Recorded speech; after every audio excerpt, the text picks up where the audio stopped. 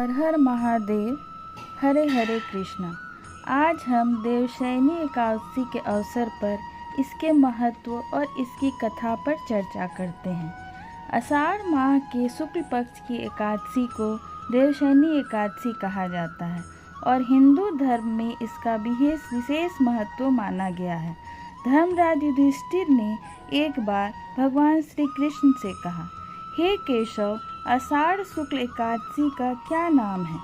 इस व्रत के करने की विधि क्या है और किस देवता का पूजन किया जाता है?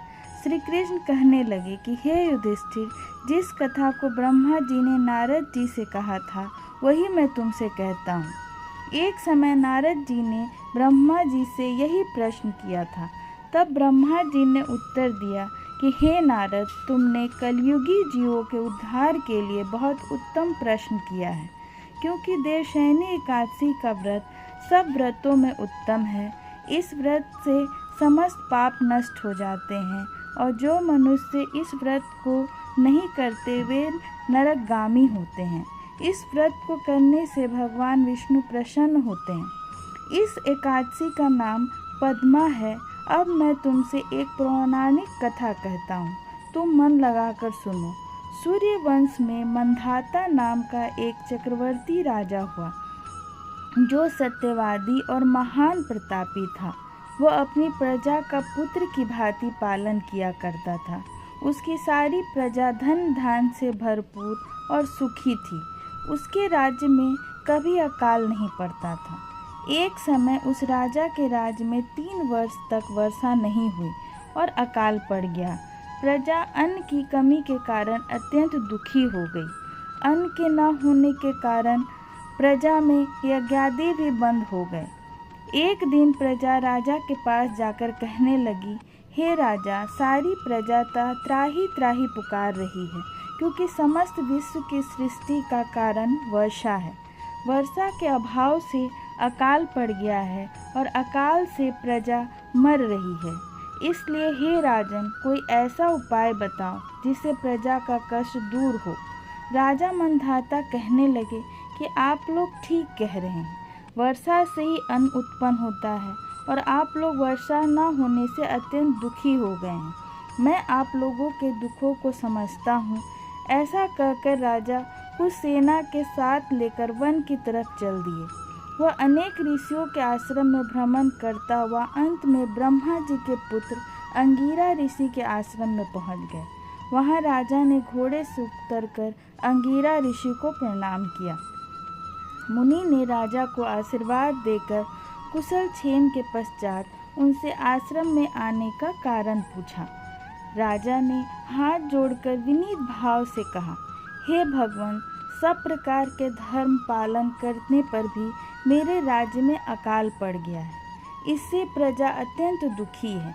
राजा के पापों के प्रभाव से ही प्रजा को कष्ट होता है, ऐसा शास्त्रों में कहा गया है।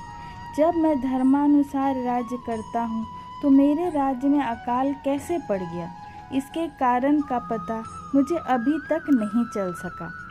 अब मैं आपके पास इसी संदेह को निर्वित करने के लिए आया हूँ।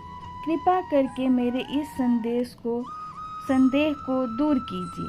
साथ ही प्रजा के कष्ट को दूर करने का कोई उपाय बताइए। इतनी बात सुनकर ऋषि कहने लगे, हे राजन, यह सतयुग सब युगों में उत्तम है। इसमें धर्म को चारों चरण सम्मिलित हैं, अर्थात इस युग में धर्म की सबसे अधिक उन्नति है। लोग ब्रह्मा की उपासना करते हैं और केवल ब्राह्मणों को ही वेद पढ़ने का अधिकार है। ब्राह्मण ही तपस्या करने का अधिकार रख सकते हैं, परंतु आपके राज्य में एक शूद्र तपस्या कर रहा है। इसी दोष के कारण आपके राज्य में वर्षा नहीं हो रही है। इसलिए यदि आप प्रजा का भला चाहते हो तो इस शूद्र का वध कर दो। इस पर राजा कहने लगे कि महाराज, मैं उस निरपराध तपस्या करने वाले शूद्र को किस तरह मार सकता हूँ? आप इस दोष से छूटने का कोई दूसरा उपाय बताइए। तब ऋषि कहने लगे, हे राजन, यदि तुम अन्य उपाय जानना चाहते हो तो सुनो। आषाढ़ मास के शुक्ल पक्ष की पद्मा नाम की एकादशी का विधि पूर्वक व्रत करो। व्रत के प्रभाव से तुम्हारे राज्य में वर्षा होगी और प्रजा सुख प्राप्त करेगी, क्योंकि इस एकादशी का व्रत सब सिद्धियों को देने वाला है और समस्त उपद्रवों का नाश करने वाला है। इस एकादशी का व्रत तुम प्रजा, सेवक तथा मंत्रियों सहित करो।